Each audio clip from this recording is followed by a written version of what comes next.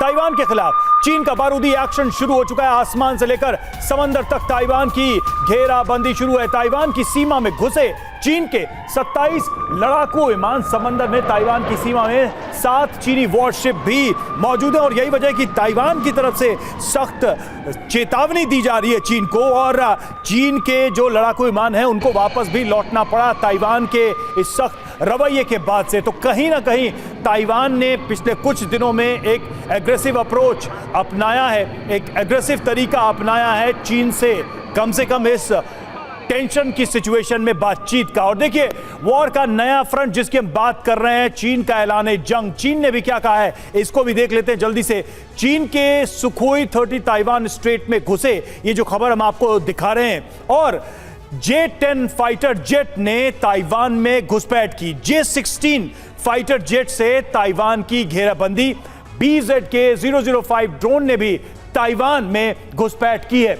और ये जो घुसपैठ हुई है उसके बाद से लगातार ताइवान की तरफ से सख्त रवैया भी चीन के खिलाफ अपनाया गया, लेकिन चीन ताइवान की सीमा में घुसपैठ करने से बाज नहीं आ रहा। ये जो सारी जानकारी हम आपके सामने रख रहे हैं, दरअसल ये दिखाने बताने के लिए कि किस तरीके से चीन लगातार ताइवान की सीमा को ब्रीच करने की कोशिश कर रहा है, और न सिर्फ आसमान बल्कि पानी के माध्यम से भी। आगे बढ़ते हैं, अगली खबर के लिए चलते हैं करुणा के पास।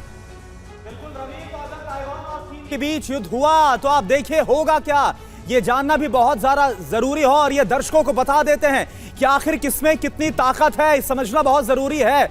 तो देखिए रक्षा बजट कितना है चीन का, 230 अरब डॉलर का है। एक्टिव सैनिक कितने हैं चीन के, वो है 20 लाख फाइटर जेट्स। अब देखिए चीन के मुकाबले एक्टिव सैनिक कितने हैं ताइवान के, वो है 1.7 यानी कि 1,70,000, यानी कि बहुत कम। अगर चीन के फाइटर जेट्स की बात करें तो 3,285 हैं, और ताइवान के फाइटर जेट्स काफी कम है, 741 के मुकाबले चीन के। इधर हेलीकॉप्टर है 912, और इधर अगर हम देखें ताइवान के तो 208 है। तो ये ताकत हमने बकायदे कंपैरिजन रखा। सिंह सर, मेरा सवाल आपसे है कि ताइवान की अगर हम बात करें, अगर इस मुल्क के क्षेत्रफल की भी अगर हम बात करें, तो चीन के सामने वो कहीं पर नहीं टिकता, और ताकत के सामने भी कहीं पर भी टिकता हुआ नजर नहीं आता है। फिर कैसे इतना बड़ा चैलेंज करने के बारे में ताइवान सोच रहा है, कौन है इसके पीछे? करुणा, सबसे पहले मैं समझता हूं कि ताइवान का हमला अटैक करना या ऑफेंसिव पे जाने की औकात नहीं है, सिंपल वर्ड्स। दूसरा है कि अमेरिका से उसको काफ़ी शह मिल रही है, और अभी जब ये साई वेन गई थी अमेरिका से, उसके बाद चीन ने बहुत दबाव डाला था, पूरा ब्लॉकेट किया था। तीसरा है कि ताइवान में भी इलेक्शन आ रही है जनवरी में। बेशक साई वेन नहीं खड़ी हो सकती, अभी उसकी 2 टर्म हो गई हैं, पर चाहेगी कि अपनी पार्टी री इलेक्ट हो, बिकॉज उन्होंने एंटी चाइना स्टांस रखा है।